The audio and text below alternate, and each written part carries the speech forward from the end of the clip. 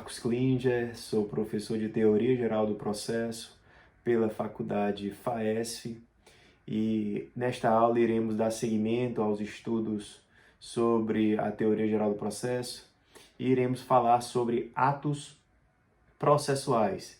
Iremos hoje falar sobre a forma, o tempo e o lugar dos atos processuais, conforme a sistemática estabelecida pelo Código de Processo Civil. Então, hoje iremos tratar desses assuntos. Se liga e fica aí para acompanhar a nossa aula, ok? Muito bem. Vamos falar agora, então, sobre os atos processuais, o conceito, as classificações, né? Quer dizer, a doutrina costuma tratar os atos processuais, além do tempo, a forma e o lugar dos atos processuais. Nós vamos ver esse assunto agora, vamos debater sobre esse tema. E, primeiramente, sobre o conceito, nós temos que entender que ato processual seria toda manifestação de vontade humana que tem por objetivo produzir algum efeito dentro do processo. Muito bem, nós sabemos que o processo é uma sequência de atos que são produzidos no decorrer do tempo e que formam aí o procedimento e o processo como instrumento de solução de conflitos. Então, vários atos são produzidos dentro do processo.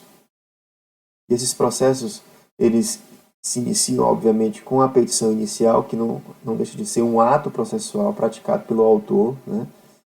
Tem sua forma, inclusive, pré-definida com alguns requisitos no Código de Processo Civil, e por aí vai com os demais atos. Então, os atos processuais, eles são praticados tanto pelas partes, como pelo juiz, como pelos sujeitos do processo, como o Ministério Público, os oficiais de justiça, os escrivães, enfim. Todos os atos são produzidos no processo e são anexados ao mesmo para que formem o conjunto do processo, todo o procedimento. Então, esses atos são manifestação de vontade humana, então são atos jurídicos realmente, que produzem consequências jurídicas dentro de um processo. E nessa perspectiva, a gente cabe aqui lembrar, né, a diferenciação entre ato de fato jurídico. Né? Então, o fato jurídico seria um acontecimento do qual provém uma consequência jurídica. O fato jurídico seria mais amplo, né? Através do qual ocorre modificação de alguma situação de direito, podendo ser ou não efeito da vontade de uma pessoa. Quando proveniente da vontade humana, chama-se ato, quando não, chama-se facto stricto sensu. Então, o ato jurídico, na verdade, é um gênero, né, do qual o ato processual é espécie, pois seria, no caso, um ato proveniente da vontade humana, sendo aquele consistente na ação humana, né, o ato jurídico, produzida em uma declaração de vontade destinada a provocar uma consequência jurídica. Já o ato processual, no caso, conforme Araújo Sintra, seria toda a conduta dos sujeitos do processo que tenha por efeito a criação, modificação ou extinção de situações jurídicas processuais, ou seja, são atos que estão sendo realizados dentro do processo, ok? Como exemplos de atos processuais, tem-se o oferecimento de uma denúncia ou de uma petição inicial, de um interrogatório, uma sentença, etc. Então, são fatos processuais stricto sensu, o decurso do prazo, a morte da parte ou do procurador. São situações que não dependem da vontade humana. Né? Então, esses são fatos processuais, diferentemente dos atos processuais. Ok? Decorrer o prazo independe da vontade humana. A morte também. Né? A transferência, a promoção, a aposentadoria do juiz, os acontecimentos que caracterizam força maior. Então, tudo isso é fato jurídico, fato processual. Tá, ok? Então, o ato processual são atos praticados pelas partes, ou seja, pela vontade das partes, que produzem algum tipo de efeito processual, né? Algum efeito jurídico dentro do processo. Nessa perspectiva, né, do conceito que acabamos de falar, nós teremos agora que tratar um pouco sobre a classificação que geralmente a doutrina como fazer, né? Ela divide em duas partes, seriam em relação às partes e em relação ao juiz. Como seriam esses atos praticados dentro do processo. Em relação às partes, né, a doutrina classifica atos processuais praticados de forma unilateral e de forma bilateral. Os atos praticados de forma unilateral seriam aqueles atos processuais que as partes podem praticar no processo independentemente do consenso da outra parte. Já os atos bilaterais seriam aqueles atos processuais em que as partes somente podem praticá-los se a parte contrária concordar. Por exemplo, um acordo de vontades para dar fim ao conflito de interesses, né? Essa transação ela depende, obviamente, do consenso das partes, então seria um ato bilateral. Essa classificação ela não é tão explorada em concursos, né? Em provas, enfim. O que é mais explorado, a gente observa, seria em relação aos atos do próprio juiz. O juiz ele pratica basicamente três tipos de atos processuais no decorrer do processo durante o procedimento. Então, eles praticam sentenças, decisões e despachos. Sendo a sentença o ato talvez mais importante, pois é o ato pelo qual, né, o juiz põe fim ou a uma fase processual ou até mesmo ao processo, dependendo da situação. Ou seja, é um pronunciamento por meio do qual o juiz, com fundamento nos artigos 485 e 487 do CPC, põe fim à fase cognitiva do procedimento comum, bem como extingue a execução. Ou seja, com a sentença, ele ou analisando o mérito ou não, ele põe fim à fase cognitiva do procedimento. Ou seja, a fase de conhecimento ele é encerrado pela sentença, dando seguimento, né, já conforme o sincretismo processual, com a fase de cumprimento de sentença, ok? E no caso, quando se extingue a execução, também ele está sentenciando, com a satisfação do crédito, enfim. A outra forma de participação do juiz no processo, com o ato processual, seriam as decisões. Essas decisões elas não põem fim ao processo e seriam, né, seriam atos de cunho decisório que resolvem uma situação no percorrer do processo até a sentença.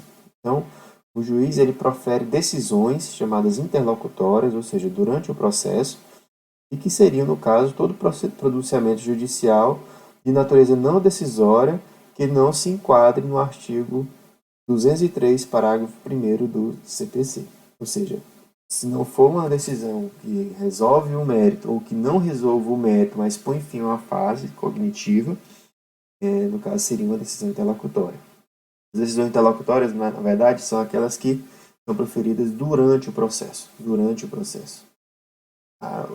todo o processo, o juiz ele indefere ou defere pedidos das partes, né?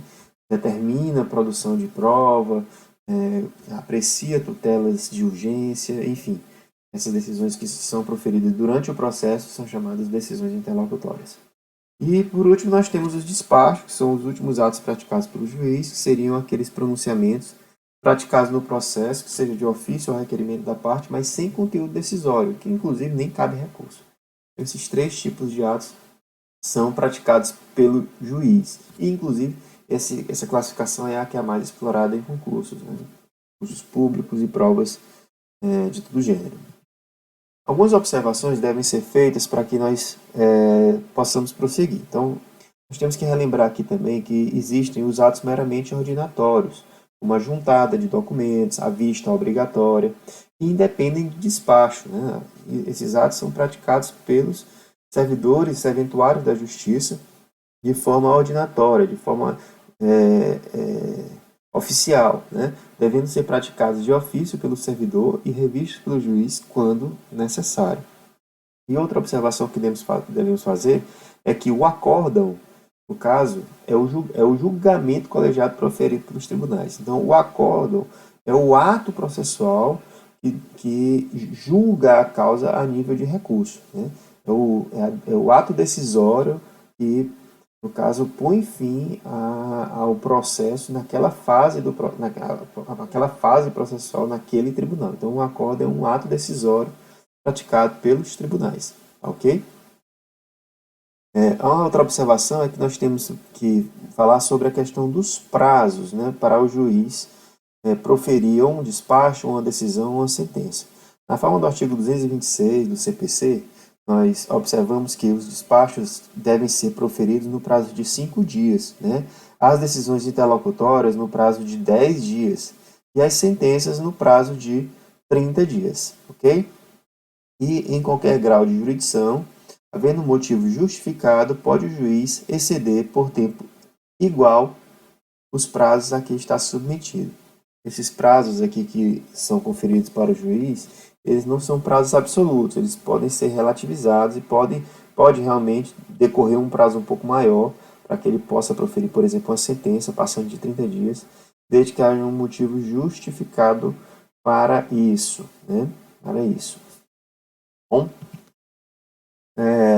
tratando agora sobre do tempo dos atos processuais, a gente tem que observar basicamente, né, que o Código de Processo Civil estabelece uma forma, né, de tempo, como eles devem ser praticados durante o transcorrer do processo. Então, regra geral, né, os atos processuais eles devem ser realizados em dias úteis. Então, os atos processuais eles são realizados em dias úteis, de segunda a sexta, e tem ainda um horário que a lei especifica, que seria das 6 da manhã às 20 horas. Então, esses horários, né, de 6 às 20 horas e em dias úteis, são o tempo, né, em que podem ser praticados os atos processuais em regra. Né? Porém, a gente tem que observar que o próprio Código de Processo Civil excepciona essa regra ao especificar que, independentemente de autorização judicial, as citações, intimações e penhoras poderão realizar-se no período de férias forenses, onde as houver, e nos feriados ou dias úteis fora do horário estabelecido, né, observando o disposto no artigo 5º, inciso 11 da Constituição Federal.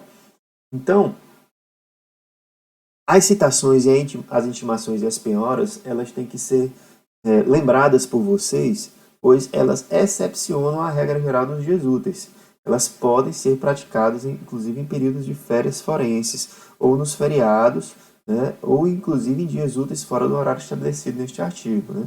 Os oficiais de justiça eles podem praticar, quando as intimações ou as citações forem determinadas por oficial de justiça, podem praticar esses atos, inclusive, nos sábados, não tem nenhum problema. Ok? Vai ver mais à frente que existem assim, formas de como contar os prazos, né? Então, e de quando se iniciam a contagem dos prazos. Então, mesmo o ato processual ocorrendo, por exemplo, no sábado, né, o ato processual, né, a certidão juntada nos autos é que vai realmente especificar quando seria, no caso, a contagem do prazo, o início da contagem de eventual prazo concedido para a parte. Mas vamos seguir. Então, quando o ato tiver de ser praticado por meio de petição em autos não eletrônicos, que seriam os autos físicos, essa deverá ser protocolada no horário de funcionamento do fórum ou tribunal, conforme disposto na Lei de Organização Judiciária Local. Ou seja, os tribunais eles podem estabelecer um horário diferenciado de protocolo nos autos físicos, né? De modo que essa regra aqui das 6 às 20 horas é uma regra geral e mais ampla, né? A de São Paulo, por exemplo, o protocolo vai até às 19 horas, salvo engano, né? E nos processos físicos. Né? Mas aqui a gente vê uma observação que seria a questão dos processos eletrônicos. Né? Processos eletrônicos hoje são o futuro, né? Hoje nós podemos despachar, nós podemos praticar atos processuais em qualquer local do mundo, nesses processos virtuais, nos processos eletrônicos. E esses prazos eles são observados durante realmente todo o dia, né? Até a última hora do dia, se o prazo for, no caso, for numa sexta, até as 24 horas da sexta-feira, o prazo, se for juntado uma contestação, ela vai ser recebida e vai ser considerada tempestiva. Então, o Código de Processo Civil hoje, se adequando a essa postura realmente de processo eletrônico, a gente observa algumas novas regras quanto a isso, porque realmente hoje os processos eles vão ficar todos virtualizados.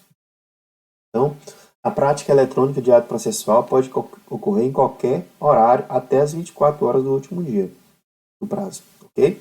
Então, é uma regra que está lá no Código de Processo Civil. Outra observação que a gente tem que fazer é que durante as férias forenses e nos feriados, não se praticarão atos processuais, excetuando-se os previstos nos artigos 212, parágrafo 2º do CPC, que seriam aquelas citações, né, intimações ou penhoras, bem como as tutelas de urgência. Ok? Também podem ser praticadas, inclusive a gente vê isso, regramentos quanto à questão de plantões, nesses períodos de férias forenses e feriados, onde os atos de urgência, as tutelas de urgência, são o foco, né, realmente. A análise das tutelas de urgência são o foco dos plantões nesses períodos de férias forenses e feriados. E, para finalizar, a gente vê que, além dos declarados em lei, são feriados para efeito forense os sábados, domingos e os dias em que não haja expediente forense. Bom, agora vamos para a forma dos atos processuais, né? Bom, a primeira coisa que a gente tem que falar aqui sobre a questão da forma dos atos processuais é que vige um princípio da liberdade das formas, ou seja, os atos e os termos processuais independem de forma determinada. Então, esse é o primeiro princípio, né, que rege aí a questão da forma dos atos processuais. Então, os atos processuais eles podem ser praticados de qualquer forma, né, independentemente de uma forma pré-determinada, salvo quando a lei expressamente a exigir, ou seja, se a lei exigir que o ato seja praticado de uma certa maneira, esse ato tem que ser praticado sob pena de eventual nulidade. Mas aí a gente já observa um segundo princípio, né, que rege a questão dos atos processuais, que seria o princípio da instrumentalidade das formas, que consiste em dizer que mesmo quando um ato processual que a lei determina expressamente como deva ser feito, né, pode ser considerado válido se realizado de outro modo, não lhe preenche uma finalidade essencial. Ou seja, que mesmo que o ato processual seja praticado de um outro modo, né, e lhe preenche a finalidade essencial, né, e esse ato processual é expressamente definido em lei como ele deve ser feito, ele vai ser considerado válido. Esse é o chamado princípio da instrumentalidade das formas, que está aí diretamente ligado ao sistema dos atos processuais. Então, primeiro, recapitulando, o princípio da liberdade das formas, que estabelece que os atos e termos processuais independem de forma determinada, então os atos podem ser praticados de uma forma determinada, mesmo que a lei não especifique, mesmo assim, havendo uma especificação da lei, né, obviamente, é necessário que haja a produção do ato daquela maneira.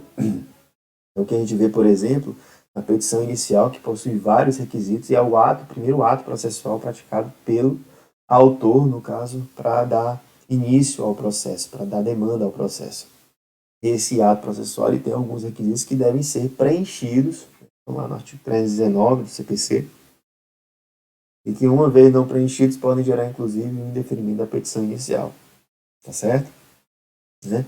E o princípio da instrumentalidade das formas, que diz que, mesmo quando a lei expressamente exigir uma certa forma para o ato processual, estes atos serão considerados válidos, mesmo que realizados de outro modo, mas que lhe preencham a finalidade essencial. Ou seja, chegando na finalidade, não gera nenhum prejuízo, obviamente, para a outra parte.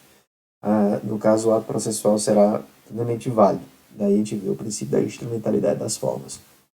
Isso tem tudo como fundamento a ideia de economia e aproveitamento dos atos processuais, né, para fim de celeridade e economia para as partes. Essa questão do princípio da instrumentalidade das formas tem previsão lá no Código de Processo Civil. Dando seguimento aqui, a gente pode ainda tratar um pouco sobre a questão da publicidade dos atos processuais, né, e da questão do segredo de justiça em alguns processos, né. Mas a regra geral é que os atos processuais são públicos, né, e apenas alguns processos tramitam em segredo de justiça, né, que seriam, no caso, aqueles que exigem um interesse público ou social, que versem sobre casamento, separação de corpos, divórcio, separação, união, estado, filiação, alimentos e guarda de criança e adolescência, aqui para preservar principalmente a família, né, a questão da família, a exposição da família, e que constem dados protegidos pelo direito constitucional à intimidade, e que versem sobre a arbitragem, inclusive sobre o cumprimento de carta arbitral, desde que a confidencialidade estipulada na arbitragem seja comprovada perante o juízo.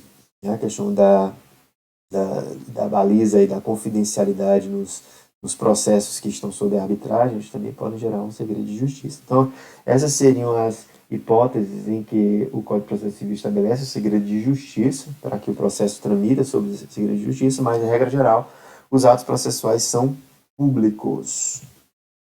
Okay? Algumas observações. O direito de consultar os autos do processo que tramite em segredo de justiça e de pedir certidões de seus atos é restrito às partes e aos seus procuradores. Ok? Uma observação que a gente tem que fazer. Quando o processo estiver tramitando sob segredo de justiça, apenas as partes e seus procuradores, que são os advogados, podem ter acesso ao processo. Outra observação que a gente tem que fazer aqui, versando o processo sobre direitos que admitam autocomposição, ou seja, mediação, conciliação, né? É lícito às partes plenamente capazes de estipular mudanças no procedimento para ajustá-los às especificidades da causa e convencionar sobre os seus ônus, poderes, faculdades e deveres processuais antes ou durante o processo. Aqui a inovação do Código de Processo Civil de 2015, nessa questão de estabelecer mudanças no procedimento nas ações que admitam autocomposição. Né? Então, é possível que as partes, elas, para encurtar o próprio procedimento, elas estabeleçam um procedimento paralelo, né, para que o processo, inclusive, tramite de forma mais célere. Né? Essas convenções, por sua vez, elas são controladas pelo juiz, né? E havendo alguma situação, né, que gere algum tipo de nulidade ou inserção abusiva em contrato de adesão, ou que alguma parte se encontre em manifestação de vulnerabilidade, o juiz de ofício requerimento poderá, né, restabelecer a questão do procedimento na forma da lei mesmo, né, retirando daí esse poder que a lei confere às partes para mudar o procedimento para ajustá-las às especificidades da causa. Bom, outra observação é que, de comum acordo, o juiz e as partes podem fixar calendário para a prática dos atos processuais quando for o caso. Né? Então, é possível que as partes e o juiz possam definir logo quando é que serão as audiências previamente acordadas. Isso gera uma economia processual e, inclusive, uma celeridade. Acaba com isso realmente evitando alguns atos processuais, porque as partes já ficam intimadas e já sabem qual é o dia da audiência. Né? E isso pode ser realmente resolvido, e o Código de Processo Civil traz essa inovação. Né? Então, é bom lembrar a questão do calendário da prática dos atos processuais que pode ser acordado entre o juiz e as partes. Então, em todos os atos e termos do processo é obrigatório o uso da língua portuguesa, né, o vernáculo, o português é a nossa língua oficial e ela deve seguir nos processos, nos atos processuais que tramitam na justiça. Ou seja, qualquer documento redigido em língua estrangeira somente poderá ser juntado nos autos quando acompanhado de versão para a língua portuguesa, tramitada por via diplomática ou pela autoridade central ou firmada por tradutor juramentado. Ok? Vamos falar agora, então, do lugar dos atos processuais. Bem, o lugar seria o local onde são praticados os atos processuais. Então, os atos processuais, em regra, realizam-se ordinariamente na sede do juiz, ou seja, no fórum, né, onde estão localizadas as varas, né, ou, excepcionalmente, em outro lugar em razão de deferência, de interesse da justiça, de natureza do ato, ou de obstáculo arguído pelo interessado e acolhido pelo juiz. Então, alguma perícia judicial que o juiz tem que determinar num processo que tem que ser realizado em loco, no local onde está a propriedade, o terreno, enfim. Ou no processo de interdição, em que o interditando ele não pode se locomover até o fórum, e nesse caso o juiz tem que se deslocar até onde ele estiver, seja no hospital ou na sua residência, para fazer aquela entrevista inicial com o interditando. Né? Enfim, uma carta precatória que é expedida para um outro juízo para fim de inquirição de uma testemunha em outra comarca, onde não é a comarca onde é a sede do juiz que tramita aquele processo originalmente. Enfim, essas são situações em que o ato processual é praticado fora da sede do juízo. Mas, em regra geral, os atos processuais devem ser realizados ordinariamente na sede onde tramita o processo. Tá ok? Então, isso é o que nós deveríamos falar então sobre do lugar dos atos processuais. Uma observação que a gente tem que fazer aqui seria no caso da prática eletrônica de atos processuais. Hoje, né, os processos eles estão sendo virtualizados. Hoje, muitas comarcas, muitas unidades judiciárias já tramitam, já estão, né, totalmente virtualizadas, ou seja, todos os processos já são eletrônicos. São processos virtuais que se iniciam e terminam eletronicamente, ou seja, não tem papéis, não existe autuação física de documentos, né? É tudo colocado dentro de um sistema, que hoje, no caso, seria o processo judicial eletrônico, o PJE, como ferramenta, né? Como plataforma onde os processos virtuais tramitam, né? Existem, obviamente, algumas exceções, né? Ainda está ainda em evolução, né? E alguns processos ainda tramitam de forma física, né? Para cada uma dessas situações existem especificidades, mas vale registrar aqui é que os atos processuais hoje, né, podem ser total ou parcialmente digitais, de forma a permitir que sejam produzidos, comunicados, armazenados e validados por meio eletrônico na forma da lei. Então, essa tendência, né, de virtualização dos atos processuais, inclusive audiências por videoconferência, né, produção de provas, inquisição de testemunhas, depoimento pessoal das partes, ou interrogatório de um réu, que se encontra preso em penitenciária por videoconferência, hoje são práticas que vêm sendo a cada dia, né, mais usuais, vêm sendo mais utilizadas na justiça, para inclusive dar economia ao processo, dar celeridade ao processo, diminuir a prática de atos processuais para que o processo seja finalizado em um tempo razoável, ok? Muito bem, meus alunos, minhas alunas, esse foi o assunto, né, que nós acabamos de tratar sobre atos processuais. Falamos aqui sobre a forma, sobre o tempo e sobre o lugar dos atos processuais. Espero que tenham gostado, aproveitado os slides, as explicações e quero desejar a vocês bons estudos e até a próxima aula, onde nós falaremos sobre dos prazos processuais, ok? Então, até mais e até a próxima. Bons estudos!